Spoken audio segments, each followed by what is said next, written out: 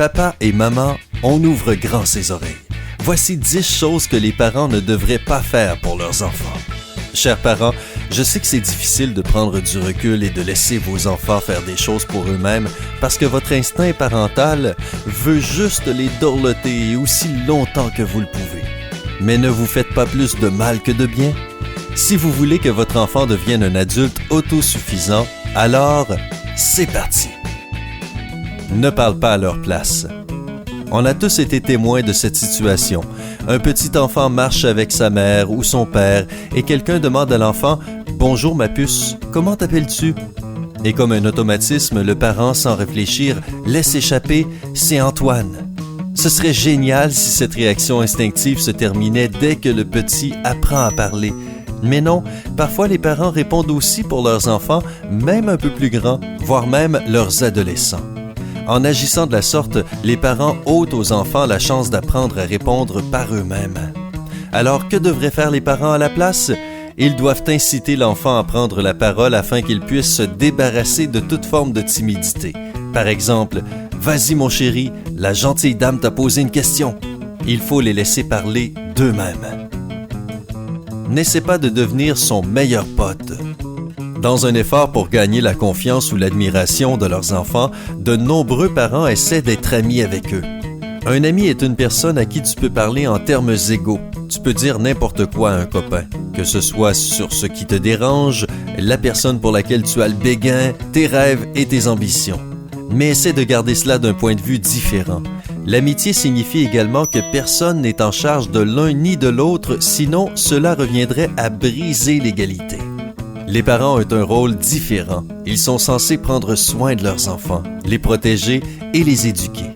De plus, des tonnes d'études montrent que lorsque les parents chargent leurs enfants d'informations sur leur drame personnel, parce que, tu le sais bien, le dialogue entre amis marche dans les deux sens, les enfants développent des problèmes psychologiques plus tard. Les parents devraient donc laisser leurs enfants chercher leurs propres amis dans leur propre groupe d'âge. Maman et papa seront toujours là pour les moments où leurs enfants ont besoin d'amour, de soutien et de conseils. Avoir envie versus avoir besoin. Les adultes savent très bien que le brocoli est beaucoup plus sain que les fast-foods et que les fournitures scolaires sont plus nécessaires que les poupées et les figurines. Alors, quand leurs enfants les bassinent pour avoir le dernier jouet à la mode, les adultes disent souvent quelque chose comme « Est-ce que Barbie va passer ton test de maths lundi à ta place? » Non, il ne me semblait pas non plus. Ce que tu fais en agissant de la sorte, c'est tout simplement supprimer la personnalité de ton enfant, ses souhaits et ses objectifs. De telles choses font aussi que ton enfant peut se sentir comme une victime ou, si tu vas un peu trop loin, il pourrait même se rebeller contre toi. Les parents devraient comprendre les besoins et les souhaits de leurs enfants en se mettant dans leur peau. Peut-être que ta fille rêve du kit Barbie vétérinaire parce qu'elle rêve de devenir vétérinaire elle aussi. Il suffit de lui apprendre ce que sont les priorités et de t'assurer qu'elle étudie d'abord pour le test de mathématiques de lundi. Ne fais pas tout pour lui. Les tout-petits peuvent déjà s'habiller eux-mêmes, laver leurs tasses et ranger leurs jouets. Et à cet âge, les enfants veulent vraiment faire les choses par eux-mêmes. Pourtant, que font certains parents? Ils courent après leurs enfants, ramassent chaque jouet ou plat sale qu'ils ont posé. Oh, et bien sûr, les parents aiment se plaindre de leur épuisement après avoir nettoyé leurs bambins toute la journée. Les adultes nourrissent leurs enfants à la cuillère au lieu de les laisser faire eux-mêmes. Et ce qui est pire, les parents ne laissent pas leurs enfants expérimenter. Comment les enfants peuvent-ils développer des personnalités indépendantes s'ils ne sont pas autorisés à explorer leurs propres capacités? Laisse tes enfants faire autant que possible par eux-mêmes. Bien sûr, ils ne le feront pas parfaitement dès le premier coup et ce n'est absolument pas grave. Au moins, ils ont essayé et ils apprennent. Respecte ses choix.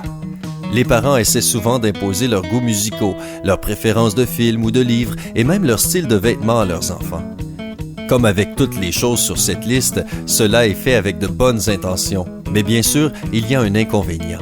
Cela diminue l'individualité d'un enfant et, dans de nombreux cas, forcer tes goûts à ton enfant ne lui permettra pas de développer ses goûts personnels. Pour ne pas tomber dans ce piège, profite de tes films préférés ou de ta musique adorée toi-même et laisse ton enfant apprécier les siens. Ne contrôle pas ses dépenses.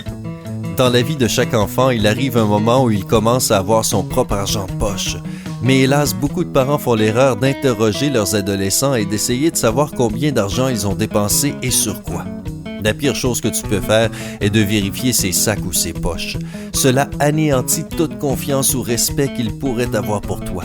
Tes enfants sont des individus qui ont tous les droits de dépenser ou d'économiser l'argent qu'ils ont gagné. D'accord, oui, les parents s'inquiètent que leur enfant gaspille de l'argent pour des choses inutiles ou même de la drogue ou de l'alcool. Dans ce cas, tu dois enseigner à tes enfants à dépenser leur argent intelligemment, à être financièrement responsables. Cela va vraiment les aider plus tard dans la vie quand ils auront des factures à payer et à gérer pour leur propre famille. Ne l'oblige pas à pratiquer telle ou telle activité. Tu as certainement déjà connu ces parents qui, par exemple, veulent que leur fille joue du violon et sont prêts à sacrifier beaucoup de choses pour réaliser ce rêve. Ou ceux qui veulent que leur fils joue au football et le poussent à s'entraîner des heures durant. Le fait est que beaucoup de ces parents essaient inconsciemment d'imposer un passe-temps à leurs enfants, ce qui est typiquement quelque chose qu'ils voulaient, mais qu'ils ne pouvaient pas réaliser dans leur propre vie. Afin de ne pas devenir un dictateur insistant, forçant tes rêves à tes petits, sois patient et surveille tes enfants avec soin. Note leurs intérêts et leurs inclinations. Demande-leur ce qu'ils aiment, puis laisse-les se développer dans ce domaine. Ne vis pas à travers tes enfants. Ils ne sont pas à toi. Ton travail est de les aider à s'accomplir. Je dois confesser que mes enfants sont particulièrement heureux parce que je ne les ai pas poussés à réaliser ma passion, le parachutisme. Ne prends pas ses succès comme les tiens. Tout le monde a cet ami sur Facebook. Tu sais, celui qui publie constamment sur ses enfants. Nos premiers pas, notre première baignade dans la piscine, notre première fois sur le pot. Et la liste de nos réalisations est infinie.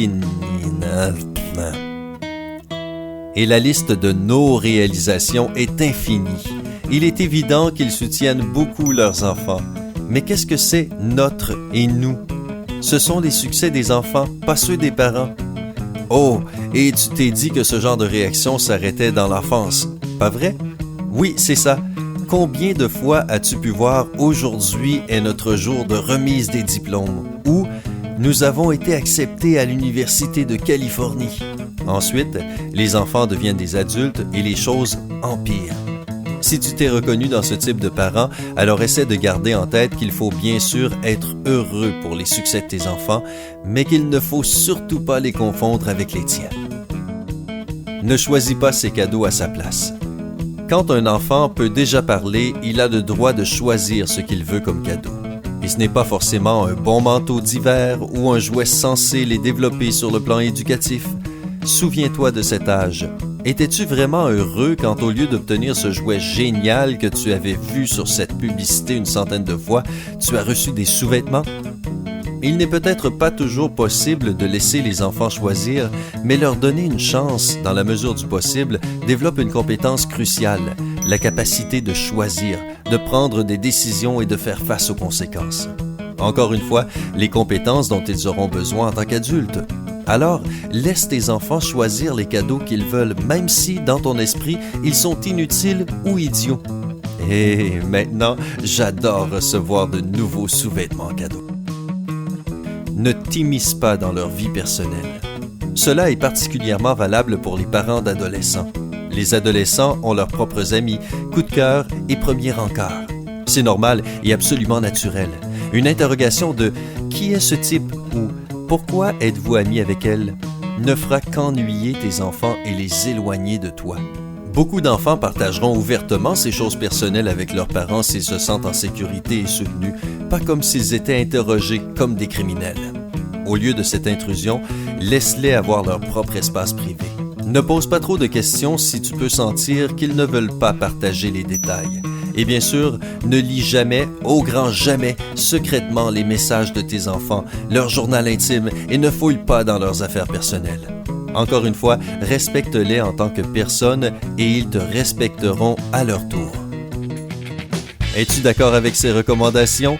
Si tu as tes propres idées sur le sujet, n'hésite pas à nous le dire dans les commentaires ci-dessous.